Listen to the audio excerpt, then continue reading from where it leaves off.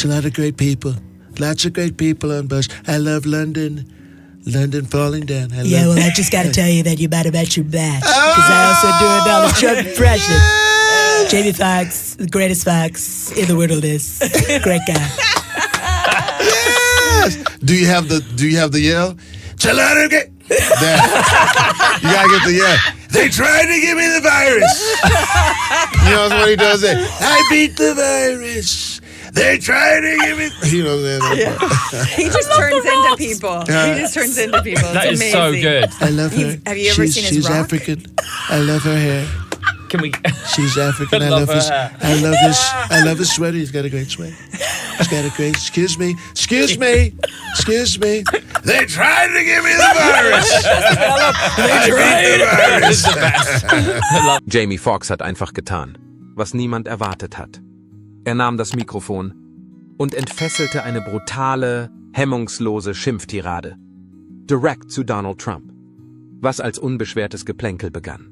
Verwandelte sich in einen so rohen, so elektrisierenden Moment. Das Publikum wusste nicht, ob es lachen, jubeln oder nach Luft schnappen sollte. Und jetzt? Das Internet brennt. Well, I'm going with the experts. I happen to think, we're doing more testing than anybody in the world by far. I think second is India with 12 million. We're going to be at over 50 million tests this weekend. And to me, every time you test, you find a case, and it gets reported in the news. We found more cases. If instead of 50, we did 25, we'd have half the number of cases. So I personally think it's over. Eine Trump-Imitation war nicht das einzige, was Jamie Foxx vorführte. Seine Anwesenheit war fast wie eine Vorladung. Der Anfang war eher harmlos und bestand lediglich aus einem beiläufigen Ausrutschen in diese identifizierbare Stimme. Es war fast wie eine Aufwärmübung für etwas, das sich zu einem absolut urkomischen Abrissjob entwickeln sollte. Alle im Publikum hatten Spaß und freuten sich auf einige humorvolle Bemerkungen. Fox hatte jedoch andere Ideen. Oh nein. What's your go-to impression? I've been working on my Trump. It's a lot of great people. Lots of great people on both sides. Excuse me. Fake reviews. Mit einem Lächeln und einer genau getimten Haarspange.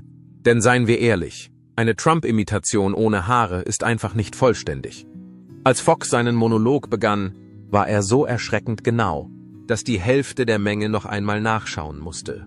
Ob sie Zeuge einer Comedy-Aufführung oder einer Pressekonferenz eines Abtrünnigen waren. Hören Sie, Leute, eine enorme Anzahl von Menschen, darunter einige äußerst intelligente Personen, behaupten, ich sei der beste Präsident in der Geschichte der Vereinigten Staaten. Vielleicht irgendwann. For 3 days I was this dude. There's a lot of great nurses. I see the blacks. I like the blacks. They're hungry. They're eating dogs. The Haitians, sac passe, naboule. They're eating dogs. I like the nurses. I like them. They like me. I like them. Have a huge black following. There's another black. Oh, Puerto Rican, same shit. Kamehameha Harris. I love Kamehameha. What's her name? Kamala. I love Kamala. She's black. She just turned black. I don't know where she was. She just became black. I'm black. And if she wants to just turn black, she can turn black. I like her.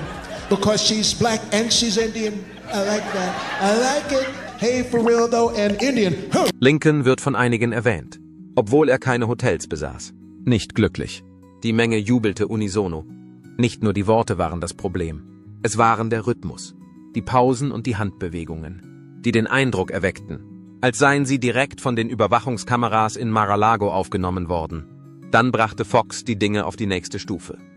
Er beugte sich vor, sein Gesicht verwandelte sich in seinen berühmten, selbstgefälligen Schmollmund und fuhr dann mit einer dieser klassischen Trump-Schimpftiraden fort, die langwierig waren, keinen Zweck hatten, bei denen es jedoch nur um Haltung statt Substanz ging. Ey, Fox, Jamie? Viel zu hoch.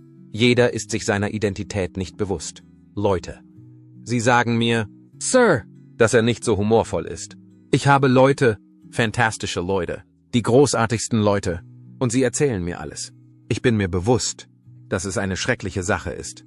Have you guys seen Jamie Foxx's Trump? It's the only Trump I've ever heard that's better than yours. It's a lot of great people on both sides. Lots of great people on both sides. I know Harry O. He's a great person. He couldn't vote for me at the time. Now he can vote for me once he gets out. I love Snoop Dogg. Excuse me. Fake news. Jamie Foxx. Die Ironie in dieser Situation war makellos, wie der Kuss eines Kochs. Fox hatte mehr zu bieten, als nur Trump nachzuahmen. Während er sich selbst röstete, wurde er zu Trump. Das Publikum war völlig darüber hinweg. Alle heulten. Für andere war es unangenehm, in dieser Situation zu sein. Ist diese Art des Lachens akzeptabel? Darüber hinaus befanden sich im Hintergrund einige Personen, die offenbar an der Natur der Realität zweifelten. In der ersten Reihe saß ein Mann, der die Hände vors Gesicht hielt und halb lachte und teilweise betete, dass Mitarbeiter des Geheimdienstes die Bühne nicht angreifen würden. Dennoch war Fox noch nicht fertig. Er führte das traditionelle Trump-Manöver durch, das darin besteht, sich über Dinge zu ärgern, die keinen Einfluss auf die Situation haben. Ich möchte euch allen sagen, dass Jamie Foxx ein Mann ist, der wirklich unhöflich ist. Genau wie Windmühlen. Und er ist schrecklich. Vögel werden von diesen Kerlen getötet. Hast du das gehört? Niemand bringt dieses Thema jemals zur Sprache. Und Jamie Foxx, er hat es einfach auf den Punkt gebracht. Wenn es um Humor geht, Leute. Ohne Zweifel sehr ungerecht. Die gesamte Menge war zu diesem Zeitpunkt hysterisch. Mit lautem Gelächter mischten sich Keuchen und Gackern. Einzelne pressten ihre Eingeweide fest zusammen. Und man wusste einfach, dass sich irgendwo in dem mit gerahmten Zeitschriftencovern bedeckten Raum eine Kammer befand, die von goldenem Licht erleuchtet war. Es ist sehr wahrscheinlich, dass ein gewisser früherer Präsident das gleiche Band mit verschränkten Armen und einem Gesicht sah, das man nur als äußerst unzufrieden bezeichnen konnte.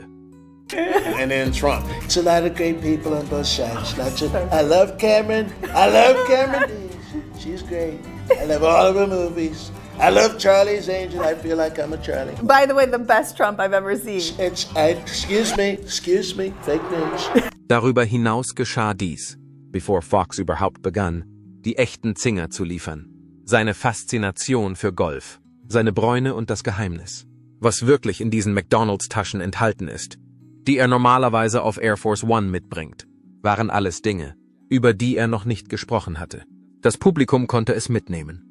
Am Rande der Eskalation zu einem umfassenden komödiantischen Konflikt ereignete sich diese Situation. Lachen ist eine unaufhaltsame Kraft. Es ist unmöglich, Memes zu vermeiden. Wie sieht es mit den Auswirkungen aus? Oh. Wir haben erst den Anfang davon gesehen. Es war auch nicht nur ein vorübergehender Gedanke. Der Besitz war das Problem.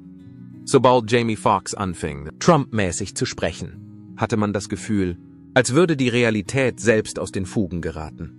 Augenblicklich begannen seine Hände, die Bewegungen auszuführen, bei denen eine Hand die Luft einklemmt, als würde sie ein unsichtbares Tic-Tac halten, und die andere Hand durch den Raum schneidet, als würde sie persönlich gegen die Fake News ankämpfen. Wo ist die Stimme? Es ist unheimlich.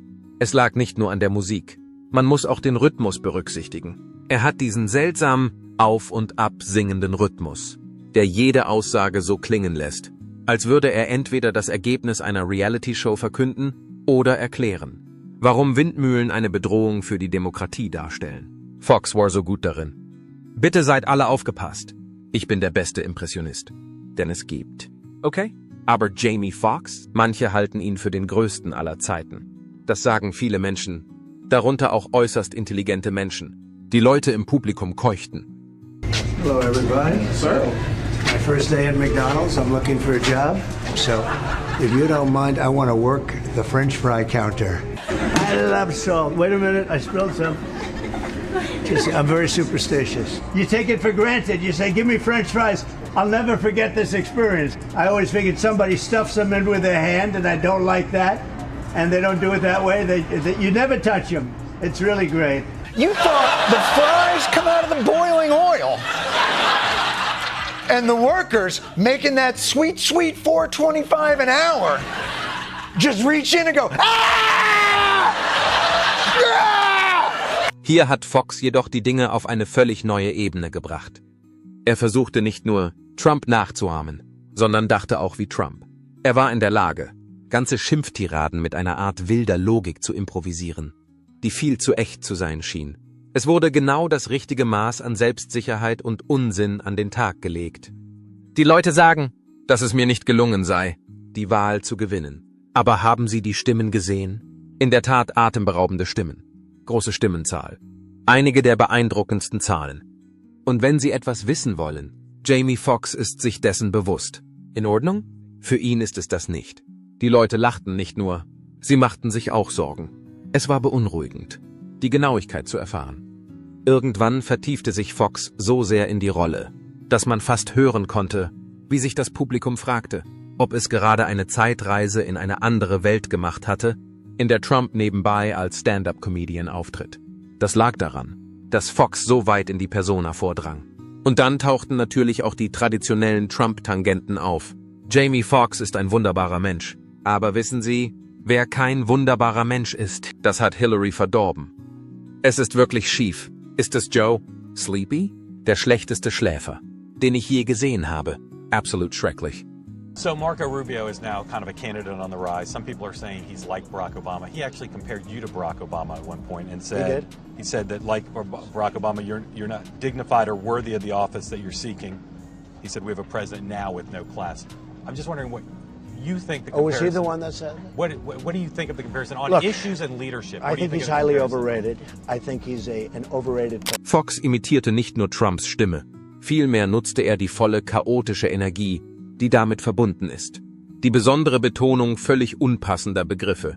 Die sinnlosen Auseinandersetzungen mit anderen, die gar nicht am Gespräch teilnahmen. Und die unerschütterliche Überzeugung bei Behauptungen, die absolut keinen Sinn ergaben.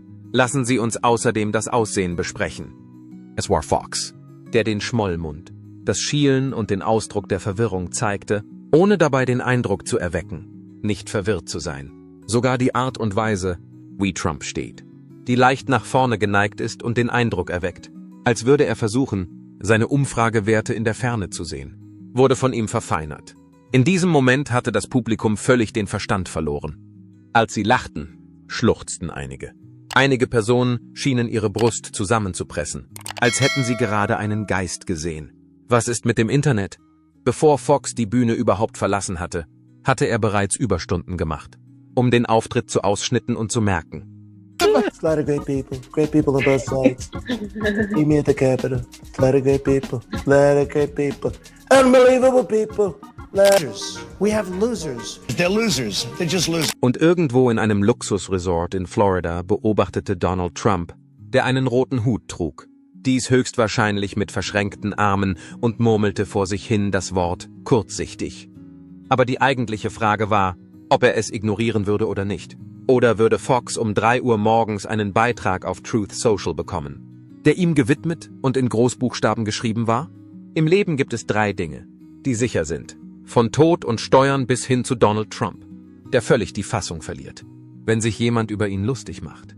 Als die Imitation von Jamie Foxx ins Internet hochgeladen wurde, wussten sie, dass es nur eine Frage der Zeit war, bis Trump beschloss, den Köder zu schlucken. Darüber hinaus wollte die Person, die zuvor ihre Wut über Kristen Stewarts Liebesleben zum Ausdruck gebracht hatte, diese besondere Angelegenheit nicht unbemerkt bleiben lassen. Stellen Sie sich für einen Moment vor, dass Trump seiner ganzen Wut Luft machen müsste. In erster Linie Truth Social. Man konnte das hektische Tippen praktisch hören. Mit der Wildheit eines Mannes, der der Umschalttaste persönlich den Krieg erklärt hat, wurde ausnahmslos jeder einzelne Buchstabe zerschmettert. Dann geht er plötzlich weg. Das ist ein armer Jamie Foxx. Übertrieben, nie urkomisch und ein völliger Fehlschlag. Nicht glücklich. Es war so schlimm. Viele Leute sagen, es sei schlecht. Aber es war tatsächlich die beste Nachahmung von mir, die ich je gemacht habe. Und ich war nicht einmal da. Jamie, Sie sagen, Ray hätte tatsächlich sehen können, wie schlimm es war. Um ehrlich zu sein, sagte Stevie Wonder, es sei großartig. Glaubst du also diesem Blinden oder dem anderen Blinden? Weißt du was? Er ist ein böser, erbärmlicher Typ. Alte Schule. Es ist dieselbe Person, die Meryl Streep als eine der am meisten überbewerteten Schauspielerinnen der amerikanischen Filmindustrie bezeichnete. Aus diesem Grund kann man davon ausgehen, dass ihm die Genauigkeit egal ist, wenn er wütend ist. Was ist der erfreulichste Aspekt? Sie sollten wissen, dass er jede einzelne Sekunde dieses Eindrucks sorgfältig beobachtet hat. Höchstwahrscheinlich bei vielen Gelegenheiten. Vielleicht während er sagte, so klinge ich nicht. Mein Ton ist überhaupt nicht so. Auf welche Weise komme ich rüber? Aber jetzt beginnt es, besser zu werden. Die Reaktion der Kundgebung. Denn wenn man sich über Trump lustig macht, antwortet er nicht einfach mit einem Klatschen im Internet. Es wird von ihm auf die Bühne gebracht. Denken Sie darüber nach. Es gab ein riesiges Publikum. Rote Hüte wackeln in der Luft. Es liegt Vorfreude in der Luft. Er nähert sich dem Mikrofon, blinzelt theatralisch und beginnt dann mit einer Hetzrede ohne Drehbuch, die am Ende mindestens 15 Minuten länger dauert, als es eigentlich sein sollte. Ich möchte Sie auf diese Person aufmerksam machen. Jamie Foxx. Früher mochte ich ihn. Ich war ein Fan von ihm und einer seiner Filme war ziemlich fantastisch. Aber was ist jetzt? Derzeit dreht er die Komödie der falschen Nachrichten. In Ordnung? Eine äußerst ungerechte und unehrliche Situation. Es gibt viele Menschen, darunter auch einige sehr intelligente Menschen, die sagen, dass er eine Schande ist. Was mich betrifft, da bin ich einer Meinung. Glauben Sie mir, wenn ich sage, dass die Menge es mit Sicherheit verschlingen wird. Außerdem hört man Rufe wie, Fox ist eine Fälschung. Fox ist ein Phantom. Dahinter steckt keine Logik. Hält Sie das jemals davon ab? Up early on Twitter. He sure is going to war with Hollywood's most celebrated actress. George, he went on a Twitter firestorm here. Take a look. It starts Meryl Streep, one of the most overrated actresses in Hollywood, doesn't know me, but attacked last night at the Golden. Und wie nach einem vorher festgelegten Zeitplan würde Trump irgendwann versuchen, mit seiner eigenen Interpretation dessen zu antworten, wie Fox View ihn wahrnimmt. In der komödiantischen Interpretation ist es vergleichbar mit einer Schlange, die ihren eigenen Schwanz verschluckt. Auf der anderen Seite bemüht sich diese Schlange, den Witz zu treffen, während sie eine riesige rote Krawatte trägt. Welche Stimme ist es? Bureau. In Bezug auf den Zeitpunkt gibt es keine. Sind es die Handgesten? Nicht so sehr befehlend, sondern eher verwirrt. Es ist kein kluges Comeback. Vielmehr handelt es sich um ein ausgewachsenes Zugunglück, das sich in Zeitlupe abspielt. Die Art, von der man seinen Blick nicht abwenden kann, von der man aber von ganzem Herzen wünscht, dass man es könnte. Er macht eine um sich schlagende Bewegung mit seinen Händen, als wäre er ein Zauberer mit einem defekten Gerät, verzieht die Lippen, als hätte er gerade an einem Sprengkopf gelutscht, und beginnt dann mit einer Schmährede, die wie eine seltsame Kombination aus seiner eigenen Stimme und einer Autoalarmanlage klingt. Dies sind nicht die Eindrücke von Fox News über Trump. Nicht einmal Trumps eigene Stimme ist darin zu hören. Es ist insgesamt eine ganz andere Sache. Etwas, das so völlig außergewöhnlich ist, dass selbst seine treuesten Anhänger nicht sicher sind, ob sie applaudieren oder nach einem Gesundheitscheck und einer Beratung rufen sollen. Nun ja, wir haben einige der dümmsten Anführer der Welt. Wir haben Verlierer. Wir haben Verlierer. Sie sind Verlierer. Sie sind einfach Verlierer. Wir haben sehr dumme Leute. Wir haben eine dumme Führung. Wie dumm sind unsere Führer? Wie dumm sind diese Politiker? Dies zuzulassen? Wie dumm sind sie? Und bevor sie es wissen, ist Fox das Stadtgespräch, wenn der Morgen anbricht. Denn was könnte urkomischer sein, als ein Mann, der über eine Imitation so wütend wird, dass er unwissentlich zu einer noch bedeutungsvolleren Pointe wird? Was ist mit dem Internet? Es herrscht völliges Chaos. Es ist unvermeidlich, dass der überbewertete Seitenhieb auf alles gerichtet wird. Von Trumps alten Reality-Show-Kassetten bis hin zu seinen jüngsten Haarformungsversuchen. Memes füllen Zeitleisten. Videos gehen viral und zu allem wird der unvermeidliche Stich hinzugefügt. Bis dahin bleibt Trump nur die Möglichkeit, seinen Einsatz zu erhöhen. Noch einmal. Es ist möglich, dass er einen anderen Eindruck vermittelt. Möglicherweise schlägt er ein landesweites Verbot von Nachahmungen von Jamie Foxx vor. Wer wird es wissen? Eines ist jedoch sicher. Fox hat jetzt den Sieg. Hauptsächlich aufgrund der Tatsache, dass nichts so richtig schreit wie der Mann, den sie geröstet haben. Und der in Echtzeit beweist, dass sie es absolut perfekt gemacht haben. Wenn Trump es auf eine Berühmtheit abgesehen hat, mag er glauben, dass er den Dingen ein Ende setzt. Aber die Geschichte zeigt, dass dies nicht der Fall ist. Aufgrund seiner Angewohnheit, straight anzuzetteln, verschenkt er unbeabsichtigt kostenlose Werbung. Ähnlich wie ein PEZ-Spender, der nicht richtig funktioniert. Erst durch seine Angriffe gewinnen Menschen wie Meryl Streep und Robert De Niro an Bedeutung. Jetzt hat Jamie Foxx die Gelegenheit, sich zu Wort zu melden. Es gibt nur ein negatives Bild. Und plötzlich agiert Trump als Fox-Hype-Mann, ohne es überhaupt zu merken. Für Fox arbeitet ein PR-Team, das gerade entspannt. Champagner trinkt und Präsident Trump einen Obstkorb zusammen mit einem Dankesbrief mit der Aufschrift "Twittern Sie weiter." Herr Präsident schickt. Hey, nein, das war es nicht. Ich habe ihn nie wegen seines Aussehens angegriffen. Und glauben Sie mir, da gibt es jede Menge Themen, die ich Ihnen erzählen kann. Ich möchte geben. Sie kamen zu mir. Die Presse. Diese Leute, schauen Sie sich all diese Kameras dort hinten an. Die Presse kam zu mir und sagte mir, dass er sagte, er würde die Mauer nicht bezahlen. Haben Sie einen Kommentar? Ich sagte, ja, die Mauer ist gerade 10 Fuß hoch geworden. Es gibt kein besseres Beispiel für den Streisand-Effekt als dieses. Sobald Trump reagiert, sei es eine Schimpftirade gegen heruntergekommene Hollywood-Typen oder ein Wutanfall auf Truth Social in Großbuchstaben, sorgt er dafür, dass die Darstellung von Fox immer wieder ausgestrahlt wird. Late-Night-Gastgeber werden sich daran satt essen. Dank der sozialen Medien wird es zu jedem einzelnen TikTok-Trend in einen Audioclip umgewandelt. Die Produktion von Memes wird deutlich zunehmen. Die Hälfte des Landes wird Fox' Eindruck bereits Wort für Wort rezitiert haben, wenn Trump seine Frustrationen nicht mehr herausschreit.